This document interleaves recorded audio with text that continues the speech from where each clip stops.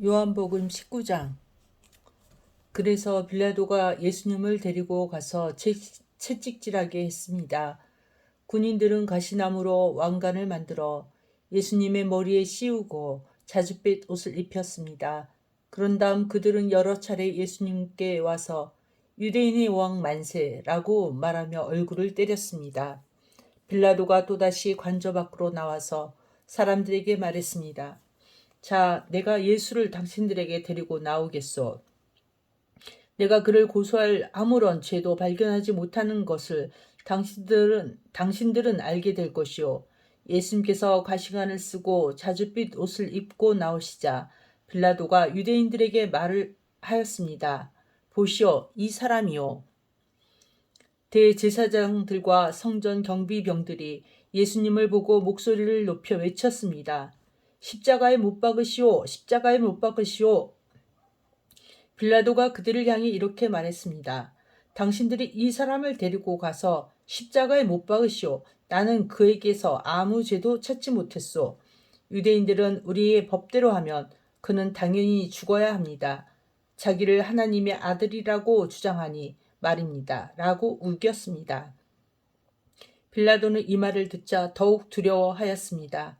그래서 그는 다시 관저로 들어가 예수님께 당신은 어디서 왔소? 라고 물었습니다. 그러나 예수님께서는 그에게 대답하지 않으셨습니다.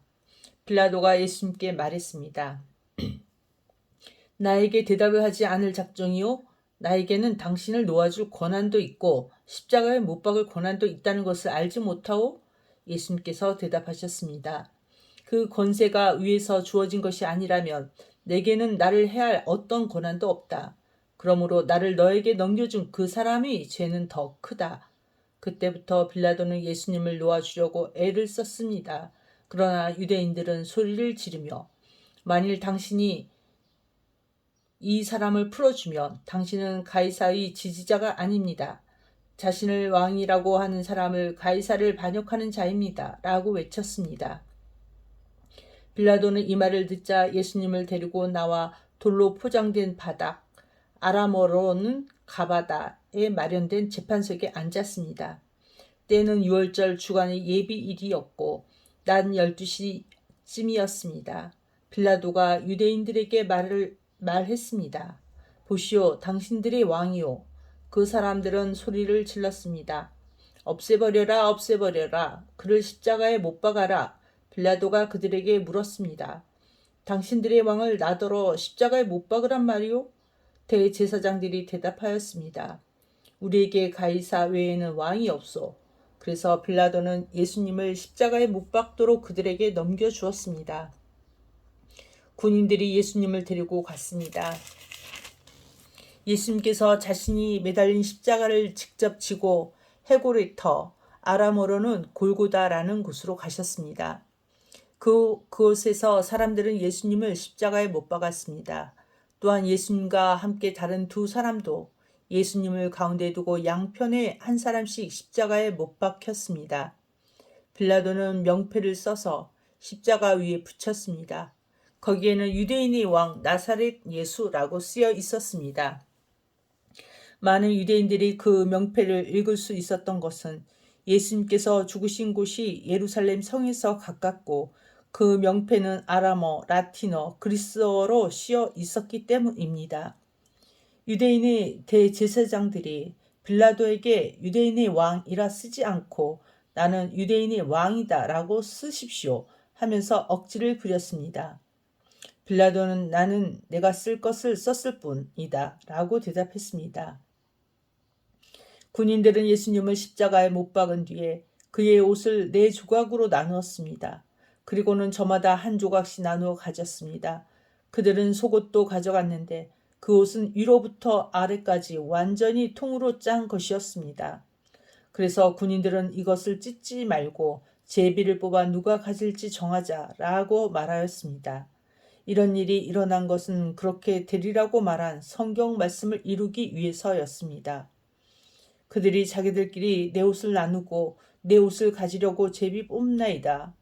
예수님의 십자가 곁에는 예수님의 어머니와 예수님의 이모와 글로바의 아내 마리아와 막달라 마리아가 서 있었습니다. 예수님께서 그의 어머니와 그 곁에 사랑하는 제자가 서 있는 것을 보시고 어머니를 향해 말씀하셨습니다. 여자여 보십시오. 어머님의 아들입니다. 그리고 그 제자에게는 보아라, 내 어머니이시다 라고 말씀하셨습니다. 그때부터 이 제자는 예수님의 어머니를 자기 집에 모셨습니다. 이후에 예수님께서는 이미 모든 것이 이루어진 줄 아시고 성경이 성취되도록 하기 위하여 내가 목마르다 라고 말씀하셨습니다. 그곳에 신 포도주가 담긴 항아리가 있었습니다.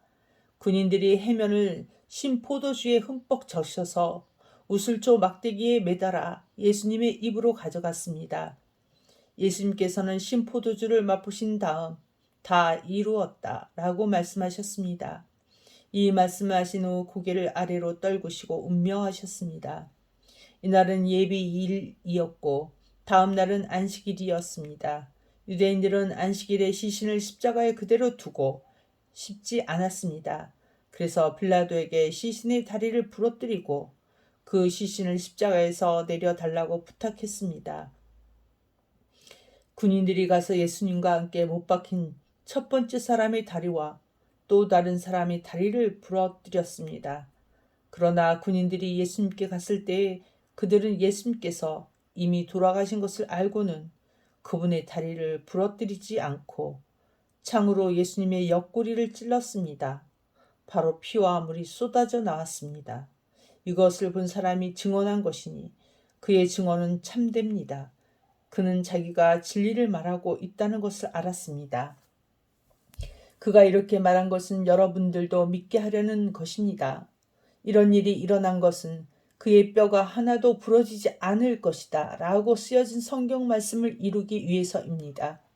또 다른 성경에는 그들은 자기들의 찌른 사람을 볼 것이다 라는 말씀이 있습니다. 이 일이 일어난 후 아리마대 사람 요셉이 빌라도에게 예수님의 시신을 가져가겠다고 요청하였습니다. 요셉은 예수님의 제자였지만 유대인들이 두려워 그 사실을 감춰왔습니다. 빌라도가 허락하자 요셉이 와서 예수님의 시신을 가져갔습니다. 니고데모도 요셉과 함께 왔습니다. 니고데모는 일찍 밤에 예수님을 찾아왔던 사람이었습니다. 그는 몰약과 알로에를 섞어 만든 향료를 약 3.33kg 정도 가져왔습니다.